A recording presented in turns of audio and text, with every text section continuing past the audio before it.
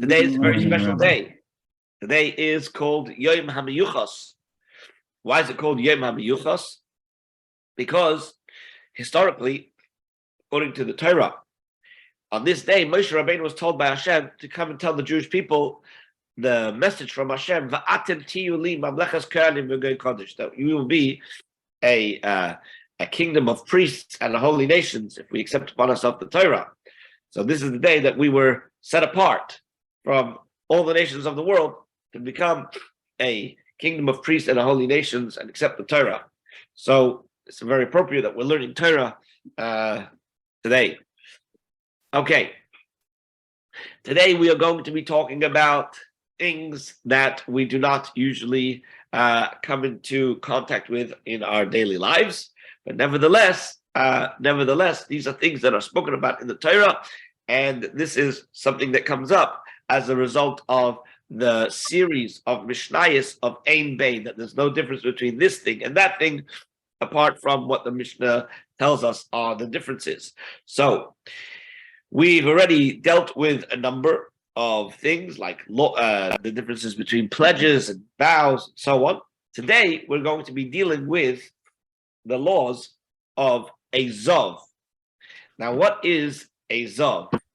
So a Zav is somebody who has a seminal emission, but not in the normal way. This comes as a result of an abnormal emission, which means that it happens without an erection and it happens in a way that is out of the ordinary. And this person, if this happens to him once, then it is considered to be a Zav. However, it is not as severe as a regular Zav because he only had it once, and so therefore he's considered to be like a Baal Keri, as somebody who had a seminal omission. And for that person, the only requirement that they have is that they go to the mikvah straight away after the omission, after it stops, and they become tahor. You don't want to have an omission. Sorry, emission. Correct. You're right. Okay, so what I want to do before we go into the Gemara, I just want to read one halacha from the Rambam. Hopefully, this will give us a little bit of an overview, and then we're going to go straight to the Mishnah. This is in halacha Vav. It says as follows: when a person experiences one Zav discharge, his status is equivalent to that of one who had a seminal emission. If he experiences two discharges, this is a Zav condition. He must count 7 clean days and immerse in living waters. He is not, however, obligated to bring a sacrifice. If he experiences 3 discharges, he is a Zav in the full sense of the term and is obligated to bring a sacrifice. So not only does he have to go to the mikvah and count 7 days and go to the mikvah, but he also has to bring a carbon. There is no difference between a Zav who experienced 2 discharges and one who experienced 3, except the obligation to bring a sacrifice. All of these matters are part of the oral tradition conveyed from Moshe, from Har Sinai. That is what I wanted to share with you before we read it inside in the Mishnah and follow on to the Gemara. Okay? So, Rabbi, yes. Are they talking about something that you have no control of? Correct. Or it's Correct. Unusual? Correct. Okay. Yes, you have no control of this. So now, just to summarize and review for a moment, if you have one emission, you're like a Baal Keri, it's called. That's somebody who had a seminal emission, right? And then you just go to the mikveh and that's it. You're not considered to be a real Zav. If you had 2 emissions, right? Then you are going to be considered to be a Zav, and therefore you're going to have to count 7 days, and then you will go to the mikveh, but you do not have to bring a carbon. Okay? If you had 3 times this mission, then what happens is, for you, you have to count 7 days, you have to go to the mikvah, and you have to bring a korban, okay? And the Gemara is going to ask which verses we learned this from, and it's going to be exciting. Let's just say exciting, okay? So let's do it inside now in the Gemara, okay? Let's stop the share, and let's do the Gemara inside. We're starting from the Mishnah, Daf Ches Amud Aleph, the third Mishnah, which is halfway down the page, and it starts Ein Bein Zov. This is in the Art Scroll 8A2. Ein Bein Zov Haroya Shtei Re'iyos. There's no difference between a Zov who experienced 2 emissions, L'Roya Shalosh, to one who experiences 3 emissions, Ella Karban, except for the requirement to bring an offering, that somebody who saw it 3 times, he will have to bring an offering, and the one who saw it 2 times will not have to bring an offering. However, as the Gemara right now points out, says the Gemara, with regards to the tumah of the couch and seat, Usfira Shiva, and the counting of 7 clean days, Shavin, both of them are identical, the laws are the same. What's the idea of Mishkav Moshe? So, when it comes to a Zav, who is considered to be an Av HaTumah, so if he sits on something, even if there are many, many layers between what he's sitting on and the things all the way beneath, so let's say there's 10 mattresses, not only the mattress that he sits on, but also all the other mattresses underneath, they all become tamei. He has the power to make them all tamei. So what we're saying is, not only does somebody who sees this emission 3 times, does he have that power to extend this tumah all the way down by mishkav Moshe, by sitting, right? This also applies to somebody who only saw twice. Likewise, the obligation to count 7 days, 7 clean days before purifying himself, that also applies to somebody who only saw twice, is like the person who saw 3 times. The only difference will be is that the 3rd time, right, that's when you become obligated to bring a korban as well. Okay, so far so good? Yes, okay. Yeah. Rag the Gemara, where do I know this from? In other words, where in the Torah do we learn this from?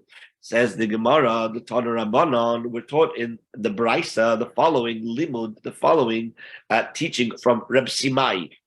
Reb Simai says, Mon hakosov shtayim ukroi tamei. The verse has enumerated 2 emissions and called him tamei, shalish ukroi tamei, and he has enumerated 3 emissions and called him tamei. In order to understand this, I need to share with you the pasuk. Pasuk says as follows. This is from Vayikra. This is Parshas. This is it. This is Parshas Metzora. It says in Parshas Metzora as follows. Look at verse 2.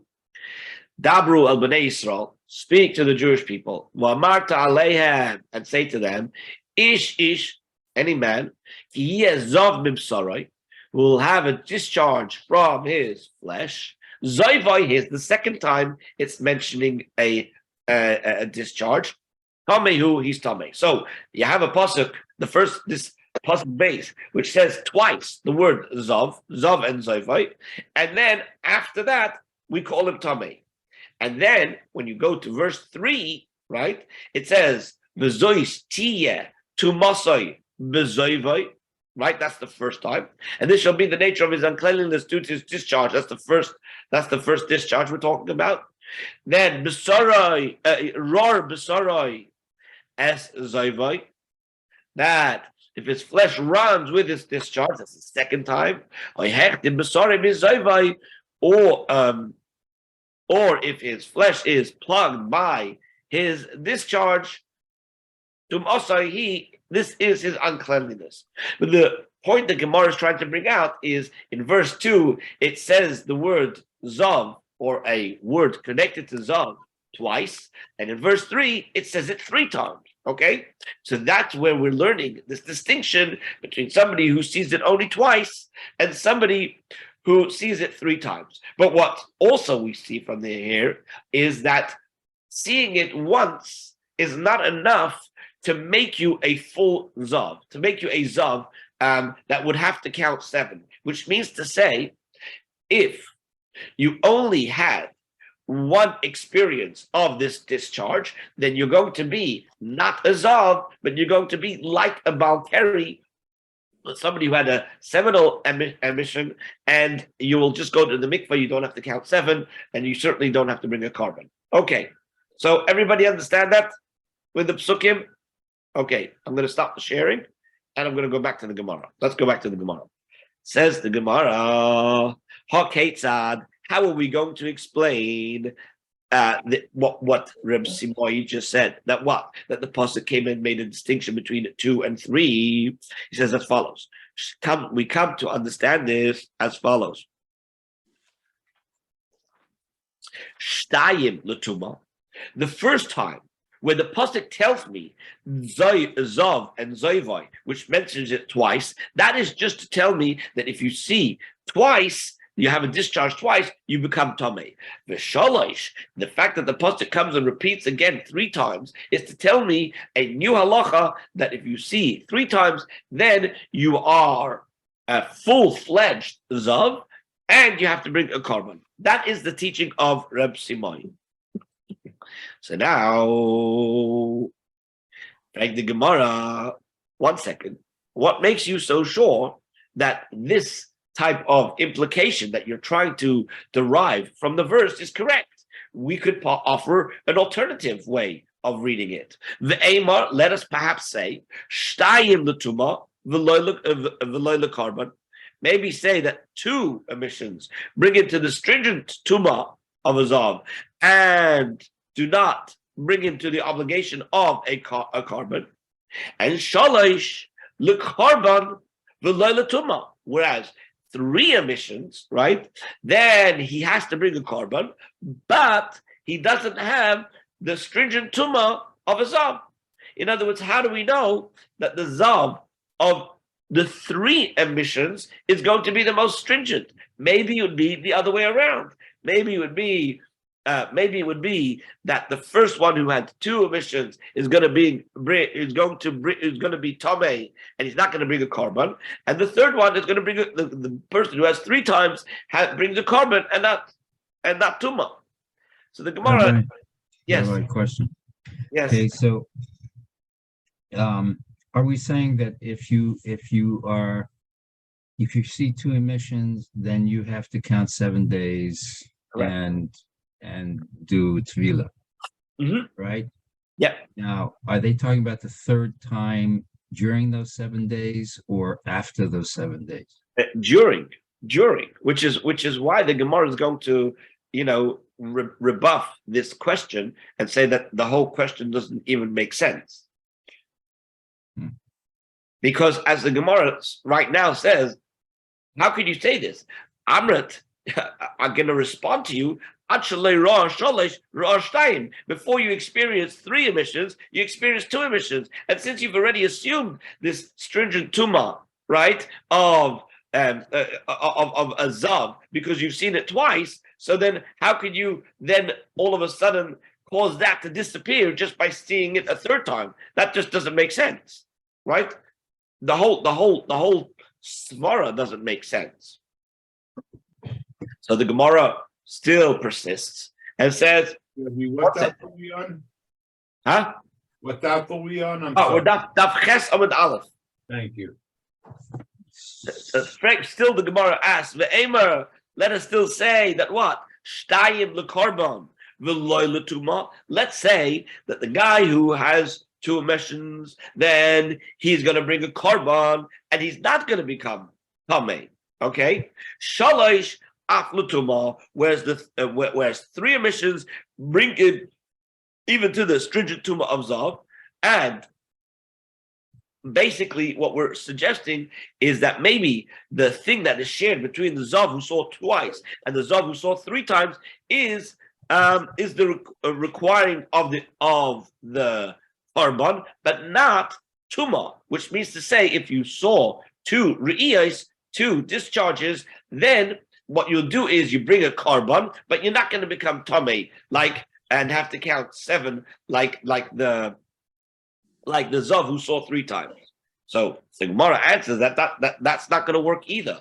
This possibility shouldn't enter your mind either. Why?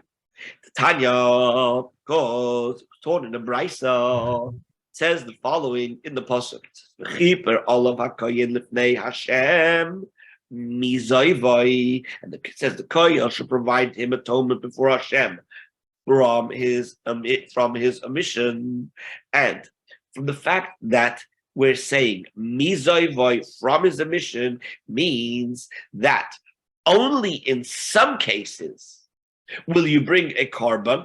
Only some cases of a zav will you bring a carbon, and in other cases you won't, which means to say that the word mizayvai, since it has a mem at the beginning, it serves to limit how many will bring a carbon.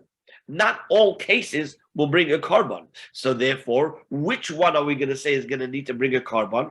The more severe, the one who saw 3 times, but the one who saw 2 times is not going to bring it. In other words, we made a suggestion, the Gemara suggested, maybe we could say that they are equal with regards to the carbon and not with regards to Tumah. Comes along the Gemara and says, we have a brisa that says that we learn from one of the words in the pasuk, the word mizayvai, that the kohen, when he brings up the carbon, will provide atonement from the mizayvai. That teaches me that it's only in some cases, only in the case of 3 and not in the case of 2. Okay. So mixas zavin mevin carbon, only some zavin, meaning we're referring to the one who had 3 sightings, right? Or mixas, carbon, or mixas zavin, and some cases of a zav, a mevin carbon, they don't bring a carbon. How would this be so? In other words, in what case would we say yes, and what case would we say no? If he saw 3 discharges, then maybe he brings. If he only had 2 discharges, then maybe he doesn't bring a carbon.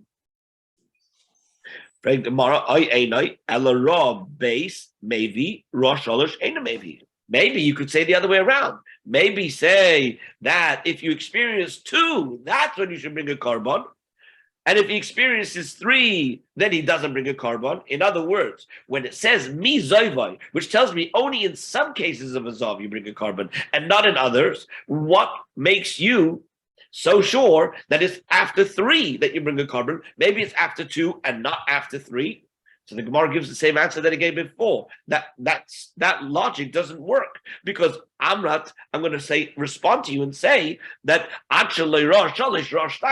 before you experience seeing 3 discharges, you experience the 2 discharges. So therefore, you already have the obligation to bring the carbon.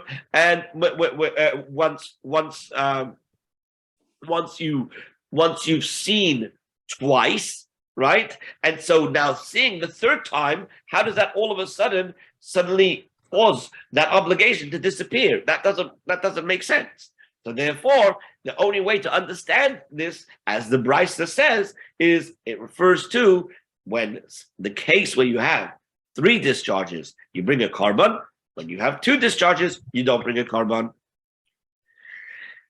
Now, we brought 2 proofs that in a case of 2, you only count and you are tamei, but you don't bring a carbon, right? Whereas by 3 you do. One is from Rav Simoi, right? Because he says there's twice it's mentioned in the first verse, Zav and Zoivai, and 3 times in the next verse, and that teaches me that only in the case of 3 that you bring a carbon. And we just brought another pasuk, v'chiper olav hakayin lifnei Hashem mizayvai, right, to teach me the same halacha. Why do I need to have both? Why do I need to have Rav Simai and mizayvai? Says the Gemara, I need to have both of these sources to prove this point for the following reason. I'm going to need the drasha of Rav Simai of the 2 verses, pasuk base and pasuk gimel, and the difference between them. The Yitzchok Mizoivai, and I'm also going to need, right, the teaching from the Brisa about the word Mizoivai and how we interpret Mizoivai as being limiting, that it's only some cases and not all cases. Why? Why do I need both? Because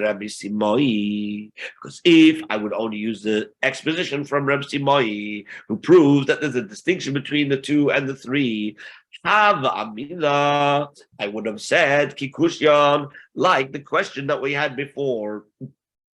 That perhaps the distinction between a Zov of 2 and a Zov of 3 is the degree of Tuma and not the degree of a carbon and not the requirement of a carbon, right? As we asked. And that's why we brought the Brisa, because from the psukim that Rav Simon brought, all I have is that there's a distinction, right, between a 2 and a 3, right? But I don't know what the distinction is. I could say the distinction is between the degree of Tuma, that when you have 2, it's less, and when you have 3, it's perhaps more, right? So therefore, I need to have this other pasuk of Mizoivai to teach me that you also require a carbon. Mashmalah Mizoivai, that's why I have this extra teaching from the word Mizoivai to teach me that it's with regard, the distinction between 2 and 3 is only with regards to a carbon and not Tuma. And we know that because the pasuk itself, when it says Mizoivai, is talking about a carbon. So that's how we know that that's the distinction. That's the distinction between the 2. So far, so good? Okay. If you're going to bring a proof only from V'zoivai, and without the drasha of Rav Simoi, lo yadano kamariyas, I would not know how many discharges are referred by the pasuk. Meaning, in the pasuk which says Mizoivai, it doesn't tell me 2, 3, 4. It doesn't 26. It could tell me anything. It doesn't tell me what the different number of discharges are going to be the threshold for when you are chayav a carbon and when you're not chayav a carbon. That's why I need to have the drasha of Rav Simai, where in pasuk base it only has 2 mentions of zav, and in pasuk gimel it has 3 mentions of zav to teach me that the threshold is once you pass 2 and you hit 3, that's when you're going to be chayav a carbon. So kamash malad Rav Simai. That's why I need to have the teaching of Rav Simai. Okay. Frag the Gemara. The Gemara likes to basically say, once you're telling me that there's a particular way of learning new things from a pasuk, the Gemara likes to bring other pasukim and say, well, we have a similar make-up of a word. What are you going to learn from that? So we've just said, right, that because the pasuk says Mizoivai and it has a mem at the beginning which limits, right, that not every case of a discharge are you going to bring a carbon, only in some cases. So now I'm going to turn to another pasuk, right, and we're going to have a similar word, and we're going to ask you, so what halacha are you going to learn out from that? Frank the Gemara, Vahash to the Amrat, and now that you've said Mizoivai l'drasha, that the expression Mizoivai from his emission is to be expounded as teaching us a limitation on the law, that it's not all cases of zav, but only in some cases of zav. So now let's go to another pasuk. Let me just pull up the pasuk for you so you can see the pasuk inside, and then we'll go do the Gemara. This is in pasuk Yud Gimel. Okay, whoops, here you go. It says, V'chi yitar hazav mizoivai, when the man with the discharge is cleansed, right, from his discharge, V'sofar loi, he shall count shivas yamim, 7 days, l'taharasai, for his purification, V'chibes begodav, and he shall immerse his garments, V'rochas b'sarei b'mayim, and he shall wash his flesh in the water, b'mayim chayim, in spring water, v'tar, and he will become tahar. Now, in the first beginning part of the verse, it says, V'chi yitar hazav mizoivai, when the man with the discharge is cleansed of his discharge. Mizovai, right? You see that? Mizovai. So now the Gemara wants to understand. Yeah, everybody got that? Everybody got that? Okay. Yep. Okay. So now says the Gemara. So what do we learn from this pasuk? V'chiyitar hazav mizoivai, and when the zav is cleansed from his omission, my darashas bay. What law are you going to expound from this? And for the Gemara, it's true. You're right. There is something that we can learn from that. And hahumi baile, we need that lichidetanya, as it was taught in the Brisa. It teaches us in the Brisa. Okay, so let me just share this again for a minute.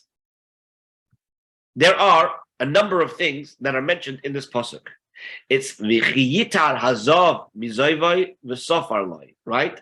There are a number of things over here. There's the purification of him, of this person who had a discharge, and then there's the counting the 7 days that he has to count, and so on. So we're going to have 3 drushes that the Brisa is going to teach us, and one of them is going to be from Mizoivai. So let's go and learn them inside.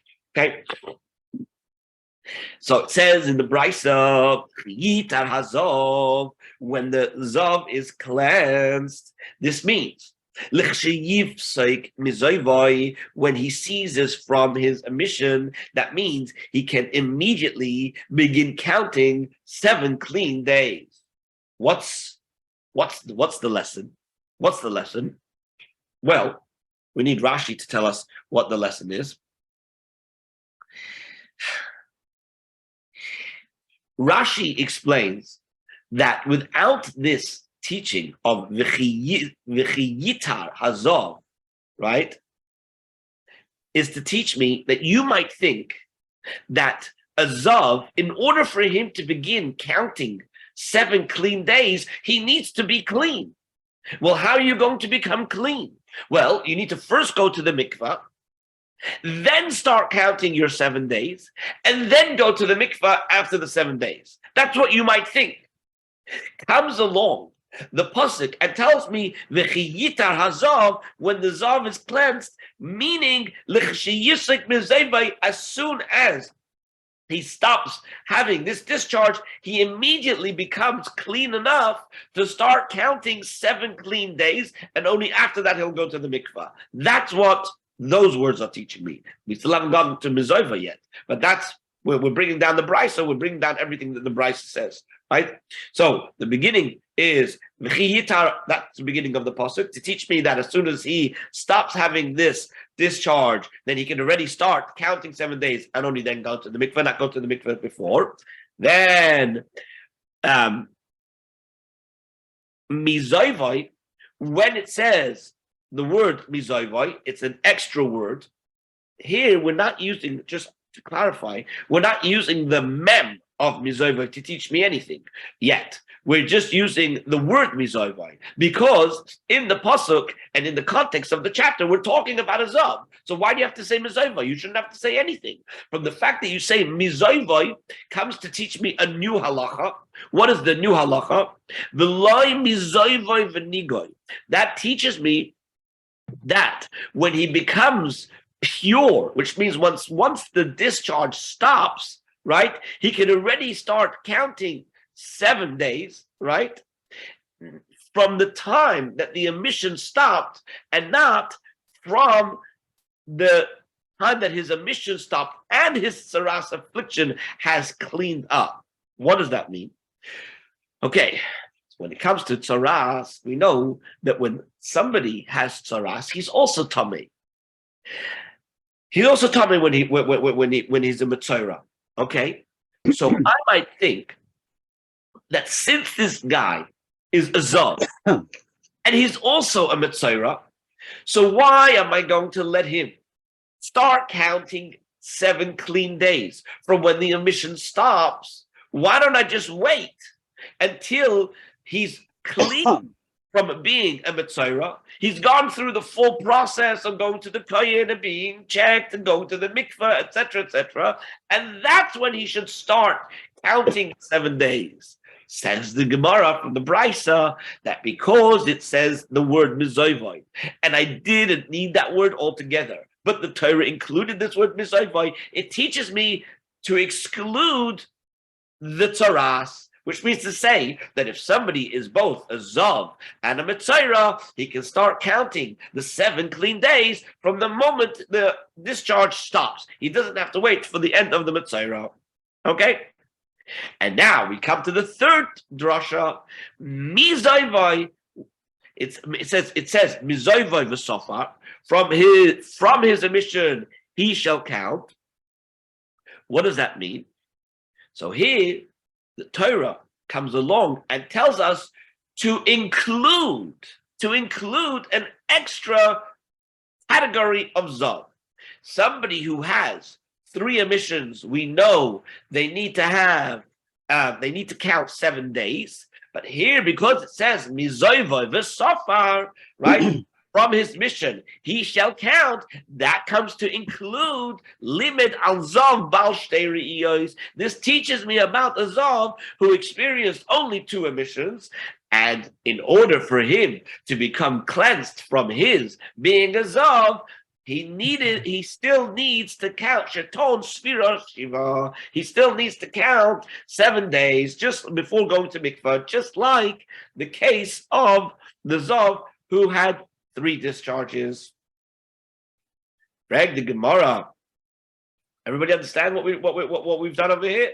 3 limudim from this one pasuk. One comes to include. Yeah, so we've gone through all of them. Yeah, but everybody understands? Okay. Reg the Gemara. This with regards to this last thing, to say that the guy who had 3 discharges. The guy who had 2 discharges, in order for him to be able to go to mikvah, he needs to count 7 days. Why do I need to have a limit for that? Shouldn't it be logical to say that he certainly has to count 7? Why? What's the logic? Can it not be logically derived? And the Gemara presents the way to understand it logically, because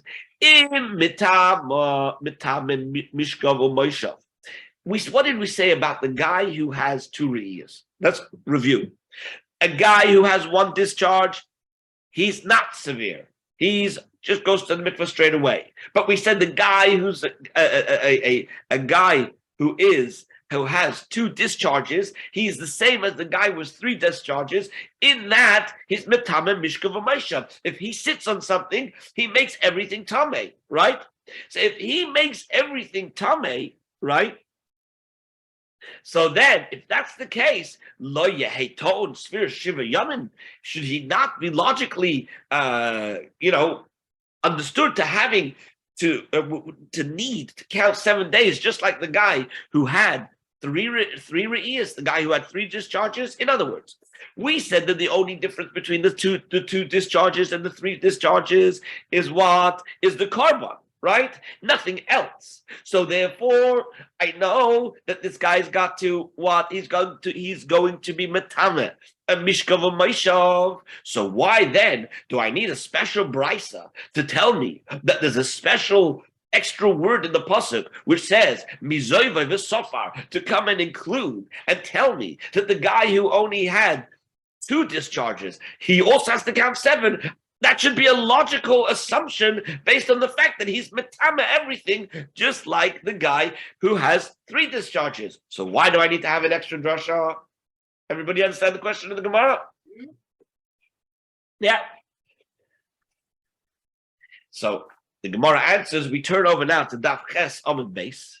So the Gemara comes along and says that I'm going to bring you another instance where we see from the Torah that these 2 things are not necessarily connected. What does that mean? The counting of 7 days and being able to be metame, to cause other things to become impure, are not necessarily related. Where do I see that? Says the Gemara, Shemeres Yom Keneged Yom Techiach. The case of the woman who watches a day corresponding to a day, this will demonstrate that these two laws are not interdependent. Now, what's the story with a woman who watches a day corresponding to a day? Okay, in order to understand this, you need to understand a little bit about the laws of Nida. Because this is not the place where we're going to go through all the laws of Nida. I'm just going to give you a brief understanding. According to the Torah, if a woman has the onset of her cycle, then what happens is she becomes tamei, and she needs for 7 days any blood that comes from her during that time, it is dam nida. Okay, it's dam nida. After 7 days, if she has a discharge of blood, we say that that's no longer dam nida. This is an abnormal flow, and she's considered to be a zava. She's no longer considered to be a nida, she's considered to be a zava. Now, what's the story with a zava? Well, there are two types of zavas. You have a zava who has a flow only 1 day, like a discharge that happens 1 day. So we say with regards to her, if you only had a discharge for 1 day, what you have to do is you have to wait a full day to be clean before you can go to the mikvah. But you don't count 7 days, okay? You don't count 7 days. But This is a woman. this is a woman. Yes, this is a zava. This is a woman, right? So she's had her 7 days of nida. We're now day 8. She has what we are going to consider to be an abnormal flow, an abnormal discharge, because she shouldn't be having any discharge now. So we're saying this is not dam nida anymore. It's dam ziva. So she's considered to be what's called a zava ktana, a small zava, which means she only has to hold guard 1 day, watch 1 day, corresponding to that 1 day that she has a discharge. Once she has 1 full day that she's clean, that's it. She can go to the mikvah, she's fine, right? She doesn't have to do anything. She doesn't have to bring a carbon, nothing, right? What happens if it happens on day 2? She's still considered to be a zava ktana, and therefore she has to only keep 2 days corresponding to the 2 days. Once she has a discharge on the 3rd day, then we say you're no longer a zava ktana, you're a zava gedola, right? You're zava gedola, and then you have to count 7 days, and then you have to bring a carbon, and so on and so forth. Okay, now here's the thing: the zava ktana, she is as severe as a zava gedola and as a nida in terms of what she is going to cause to become impure. That when she sits on something, right, it is going to become tamei. Just like our guy, when he's a zav, right, when he's a zav and he has 2 discharges, right, the 2 discharges are going to cause him to make everything tamei. Now, you wanted to say that it is only logical to say that if he's going to be matana, which means it's very severe, therefore he certainly should be counting 7 days. But here I just presented you another case in the Torah where you have a zava, a female who had a discharge and a flow of blood after the days of nida, and she only has to keep 1 day corresponding to that day that she had a discharge, and she doesn't have to count 7 days. So therefore, don't assume that it's just logical to make this connection between having this severe tumah and having to count 7 days. That's what the Gemara is saying. Yeah. Let's do it again. Says the Gemara, Shemeres Yaim, Keneged Yaim Techiach. It's the woman who watches a day corresponding to a day that's going to demonstrate that the two are not interdependent, and therefore we need to have the special pasuk which says Mizayvay v'safar, connecting this idea of this additional category, the one who has 2 discharges that he also has to count, because that's not just an assumption that we could have made without this extra limud. So we see let's just finish this idea of the Shemeres Yom Keneged Yom. Then it says Shemetama Mishkal Moshav. What do we find by her? The halacha in her with her status, where she has this this abnormal flow that she is going to convey tumah to the couch and to her seat. But she does not require Sfiras Shiva, the counting of the 7 clean days to become tahor. Everybody understand? Okay, so now you should not be surprised about this Zav who experienced 2 discharges that even though he conveys tumah to his couch and his seat, in other words, it's a severe tumah, he's an ava tumah, but nevertheless, we could say by this case as well, lo yehi told Svira Shiva, that he does not require the counting of 7 days. Talmud Laima. Therefore, the Torah comes along and says clearly that Mizayvai V'Sofar gives us this extra limud of putting this Mizayvai, right, V'Sofar, telling us that Miksa Zayvai V'Sofar, that even the one who has a partial emission, which means to say he's not the full 3. He doesn't have to go all out and bring a carbon. He's only a partial Zav in the sense that he doesn't have to bring the carbon. Nevertheless, he also has to come and count 7 clean days, right? Yeah. Limit al zav bal shtei re'iyos shetot shviras ziva. That's what that. So this extra part, these extra words, Mizayv v'Sofar, comes to teach us this extra thing that a zav who experiences even 2 emissions, right? He requires a counting of 7 days. So far, so good. So far, so good. Okay, Baruch Hashem. So now says the Gemara, Omalei Papa le'Abaya.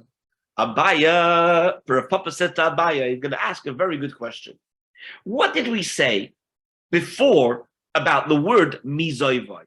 We said that the word Mizoivai comes to tell us that we're limiting, that not all cases of a Zav is going to bring a carbon, only some of them with. That is a limiting way of learning from the Pasuk. Here, in our case, we're saying that Mizoivai is not coming to restrict, but rather is coming to include. We're including the guy who had 2 discharges, that he will also be required to read 7. So we're asking, why all of a sudden the change? Why until now you had a limiting way of learning this, saying not all cases will you bring a carbon, only in the case of 3, not in the case of 2. And here we're saying Mizayvai comes to teach me that not only does the one who has 3 discharges have to count 7, but the guy who has 2 discharges, he also has to. We're including him. So that's the question that Papa's going to ask Abaya. What's different about this expression of Mizoivai from his emission?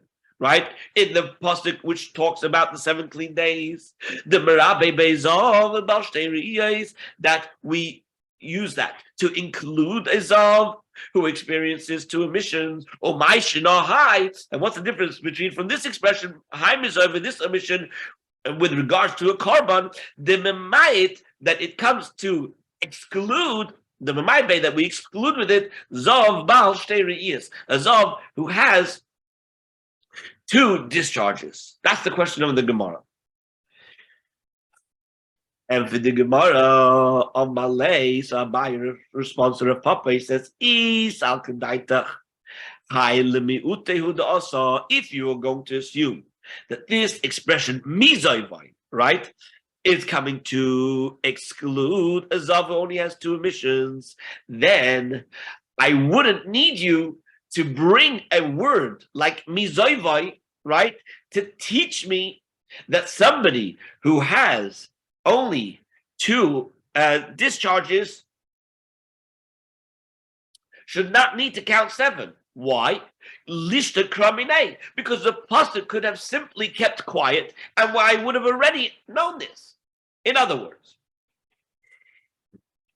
remember we said that we didn't need to have a pasuk altogether to include the guy that he had 2 discharges, and therefore he would have to count 7. Why? Because we have the Shemeres Yom Keneged Yom Techiach, that she shows me that these 2 things are not interconnected, they're not interrelated, so that you need to have that if you are going to be metame, you certainly are going to have to count 7.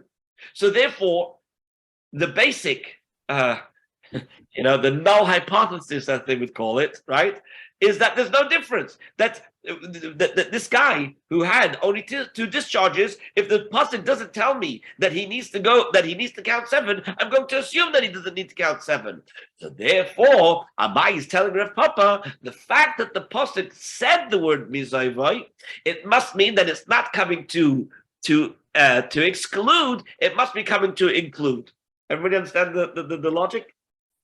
Yeah. That you're right. And ideally, the word mizayvai should be coming to exclude. But if I would say that in this case, it wouldn't make sense to use a special word to exclude the person who has only 2 discharges, because if you would have been quiet and not said anything, that would have been my assumption. My assumption is that he wouldn't have to count 7. So the fact that you use the word mizayvai, I have to assume is that you're not coming to exclude, but rather you're coming to include. Let's do it inside. Yeah. So says Abaya, lishta kramine. Let the verse simply remain silent from it, and then I would have assumed that that he doesn't have to bring up the carbon. V'chi tema. And if you're going to ask Asya Medina, I want to learn it out from a logical derivation, right? As we said before, that dinhu, right? That what? That if he's going to make other things tummy, then certainly he would have to count 7. So says the Gemara, like we said before, Shemeres Yom Keneged Yom Techiach, that this case of the woman who is a zava and she has to guard only 1 day against the other, not having to count 7 days, that would show me that there is no logical assumption, right, to say that he would have to count. So now, yeah, everybody understand? But isn't there a difference? The woman, you said, on the first day already doesn't have to count. She waits for the next day. But right, on the man... I'm saying that the woman, in the case of the woman, she still conveys tumah on that day, right? Yes, but she doesn't have to count the 7 days. Correct. So that's what we're saying. That case There's no of the woman will show us that in our case it's the same thing. That he may be able to convey a very severe tumah, but he doesn't have to count 7 days like the guy who has 3. Right. Okay. I'm sorry. Moshe, you trying to say something? I can't hear you. You're very unclear. I'm saying it's not working with Moshe. It's grumbling, and we can't focus. Can you hear it now? Katana. If she's a Sav Katana, she doesn't have to convey it. No, she does. A Zava Katana still conveys tumah, just like a Zava Gedola. There's no difference. The only difference is that she doesn't have to count. She doesn't have to wait 7 days. She doesn't have to wait 7 days. Correct. That's not the same as with the man. I mean, even though the man, because you're introducing that word, but soiva, which is saying that it could include those 2 days, which it could include it. Which you said before, if it wasn't mentioned, it would be assumed that it doesn't have to be included. Again, when we talk about counting, we're not talking about 2 days. We're talking about counting 7 days.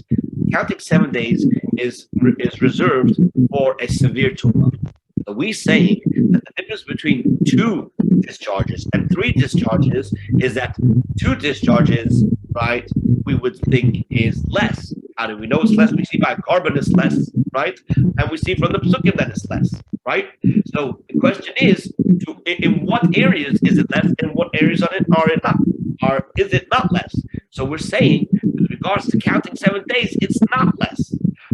Okay, we're saying it's not less. How do we know this?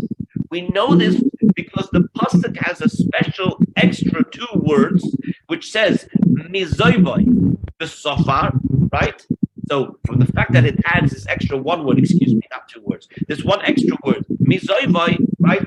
That teaches me that even if somebody is not a full-blown zav, meaning they don't need to bring a carbon, meaning they only had 2 discharges, nevertheless, they also need to count. And that's the limit. You say, what do I need a limit for? A logical. Rebbe, can you mute us, please? Yeah, okay. So let me just Look at some fabric on the microphone. okay, 1 second. Mute all. Okay, so okay. So the bottom line is that we see the point here is very simple. You do not connect automatically the fact that you convey a severe tumah to the fact that you count. You need the pasuk to tell me that you count. That's why we needed to have this extra word mizoivai to tell me that even a partial zav, meaning he only had 2 discharges, not 3, he also is included in this idea of counting 7 days. Says Abaya, perhaps you're going to argue, that this expression, mizoivai, in the verse, is needed to teach me mizoivai v'loy minigai, from his omission and not from his tsaras. So therefore, since it's not extraneous, therefore, who says you can use it to conclude that he needs to count 7 days. He says that's not a good argument. Why in Cain? Because if that's the case, lichtev kra, the pasuk should have just written v'chiyitar hazav, and when the zav is cleansed, v'lishtaik, and then be quiet. Don't say the word mizoivai. Mizoivai lamali. Why does the pasuk need to have this extra expression of mizoivai?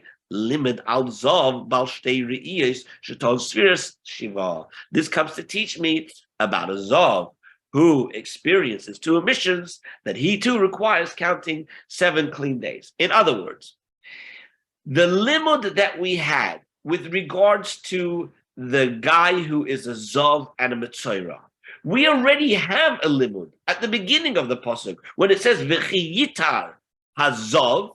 And since it says the word zav there, it doesn't need to say the zav there. It could have just said it could have said v'chiyitar, and when he will become tahar, right? From the fact that it says, because the context is already talking about a zav, so we know what we're talking about. The fact that it adds the word hazav tells me that it's referring to a zav.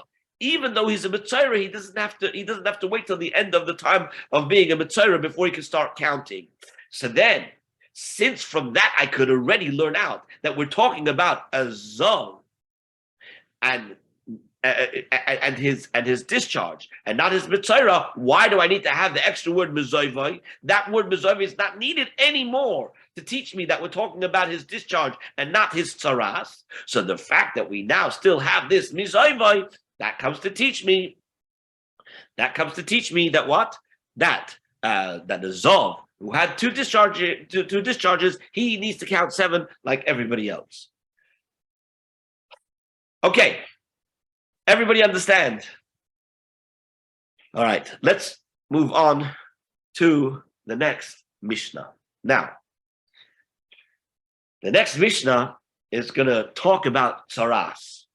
Now, in order to understand what's going on with this tsaras, you need to understand that there are 2 types of mitzayras. All right? You have a guy who sees something on his flesh that looks to be like tsaras. What does he need to do? He needs to go to the kohen, and the kohen needs to inspect it. And if the kohen cannot determine that this is clearly tsaras, what he does is he sends him into Hesger. He has to seclude him, and he waits there for 7 days. And then the Kohen checks him at the end of the 7 days to see whether anything had changed in his circumstances and so on. There's another type of mitzvah, and that is somebody who comes to the Kohen, and the Kohen looks at it, and it is clear based on all the simonim given in Parshas Mitzvah, right? Is it Mitzvah? Is it no? It's Tazria. That's right. It's in Parshas Tazria, right? All the different signs, and based on all the signs, he's an actual Mitzvah. So now he's what we call a Mitzvah Muchlat, okay? Which means he's a confirmed Mitzvah.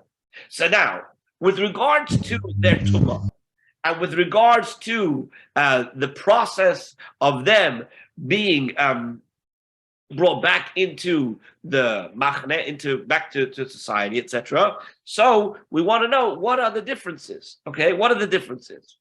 So that's where this Ein Bain comes into play. Yes. You said Okay. that if he goes to the Kohen, does he go to the Kohen or the Kohen comes to him? Or, and there's a difference.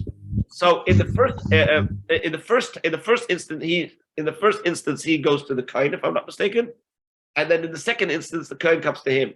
Right? In other words, when it comes to going out to check it, the Kohen comes to check. But when you go, it says Uvoil Kohen. He comes to the Kohen. In other words, he needs to. To the best of my knowledge, he comes to the Kohen. Okay.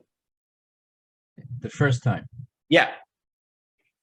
So again, this is a continuation of the Ein Bains, right? There's no difference between this and this except for this. So let's do it inside. Says the Mishnah, Ein Bain Mitzayra Musga Le Mitzayra Muchlat. There's no difference between a confined Mitzayra and a confirmed Mitzayra, Ela Priya Ufrima, except with regards to letting his hair grow and rending his garments. What does that mean? That means like this.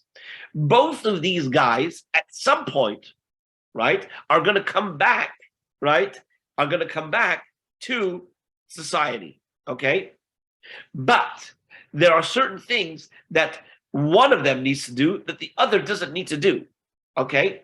The guy who comes after a week of being secluded and separated from everybody else, and they see that it's just a skin disease, it's not actually tzaras, right? So he will not have to let his hair grow, and he won't have to rip his garments. Whereas the guy who's the confirmed tzara, he has to let his hair grow, and he has to rip his garments. Okay, that's the first thing we say with regards to Ein Bain.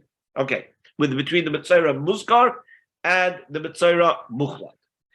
Furthermore, says the Mishnah, Ein Bain Tohar Mitoich Hesger Le Tohar Mitoich Hechlet. There's no difference between the one who becomes Tohar from a state of confinement to the one who becomes Tohar from the state of being confirmed Mitzayra Ela Tiglachas V'tziporim, except the requirement for shaving the hair and the birds that he has to bring. The Mitzvah has to bring these carbonates of birds, right? The procedure that they have to bring, and he has to do a shaving of his head. Whereas the guy who was tahor, in other words, to begin with, he suspected that maybe he might be tummy, and therefore we have to come along and we need to seclude him and keep him away from everybody else until we determine, right, when he is determined by the Kohen to be tahar, he comes right back into the community. He doesn't have to bring up any birds, and he doesn't have to shave himself or anything.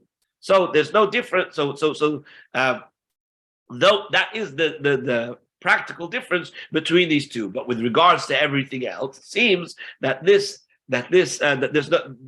no difference between the two.